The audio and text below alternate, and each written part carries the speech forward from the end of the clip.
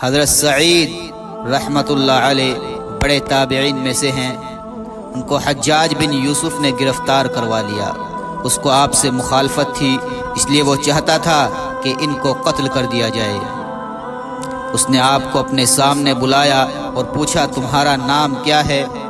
آپ نے فرمایا سعید بن جبیر۔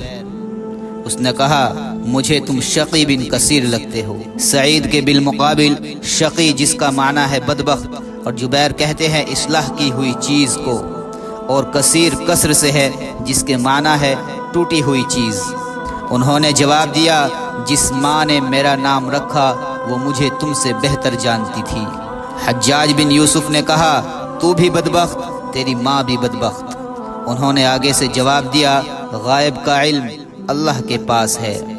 اس نے غصے میں آ کر کہا میں ابھی تجھے جہنم رسید کرتا ہوں۔ تو جواب میں فرمانے لگے اگر میں تجھے اتنے اختیار والا سمجھتا کہ تو مجھے جہنم بھیجنے کے قابل ہے تو میں تجھے سجدہ کرنا شروع کر دیتا۔ اس جواب پر وہ بڑا زج ہوا۔ حالانکہ موت کے وقت تو بندے کا گلا ہی خشک ہو جاتا ہے، آواز نہیں نکلتی، اور ان کو دیکھے کہ شیر کی طرح آگے سے گرج کر جواب دے رہے ہیں۔ حجاج بن یوسف کہنے لگا اچھا تو تم کیسے قتل ہونا پسند کرو گے؟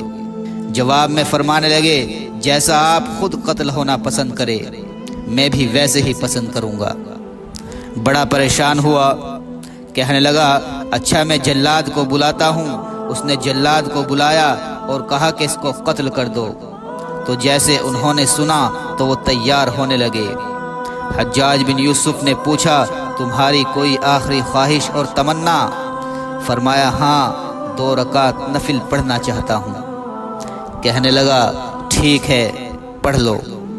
انہوں نے 2 رکعت تو پڑھی مگر بڑی خفیف اور ہلکی، جلدی جلدی مکمل کر لی۔ اس پر حجاج بن یوسف بڑا حیران ہوا اور کہا مشہور تو یہ ہے کہ تم بڑی لمبی نماز پڑھتے ہو، آج تو 2 رکعت تم نے بڑی ہلکی پڑھی، اس کی کیا وجہ؟ جواب میں فرمایا میں نے آج نماز ہلکی اس لیے پڑھی کہ تمہارے دل میں یہ گمان نہ ہو کہ موت کی ڈر کی وجہ سے یہ اپنی نماز لمبی کر رہا ہے، اس لیے مختصر نماز پڑھی۔ اس نے کہا اچھا اس کو لٹاؤ۔ جب انہوں نے آپ کو لٹایا تو انہوں نے فرمایا اپنا چہرہ قبلے کی طرف کیا اور یہ پڑھا انی وجہت وجہی للذی فطر السماوات والارض، سب سے یکسو ہو کر میں نے اپنے منہ کو اسی طرف کیا جس نے آسمان اور زمین بنائی۔ اس پر حجاج بن یوسف کو غصہ آیا اور اس نے کہا کہ اس کا چہرہ قبلے کی طرف سے پھیر دو۔ تو لوگوں نے ان کا چہرہ قبلے کی طرف سے پھیر کر رخ بدل دیا تو وہ پڑھنے لگے فَأَيْنَمَا تَوَلُّوا فَثَمَّ وَجْهُ اللَّهِ، بس تم جس طرف بھی رخ کرو ادھر ہی اللہ کا رخ ہے۔ اس نے کہا کہ اس کا چہرہ زمین کی طرف کر کے اوندھا لٹا دو۔ جب ان کو اوندھا لٹایا تو زمین پر لیٹ کر پڑھنے لگے منہا خلقناکم وفیہا نعیدکم ومنہا نخرجکم تارۃ اخری، اسی زمین سے ہم نے تمہیں پیدا کیا اور اسی میں لوٹائیں گے اور دوبارہ اسی سے نکالیں گے۔ جب انہیں شہید کیا گیا تو اتنا خون نکلا کہ جگہ ہی ساری خون سے بھر گئی۔ لوگ بھی حیران اور حجاج بن یوسف بھی حیران تھا۔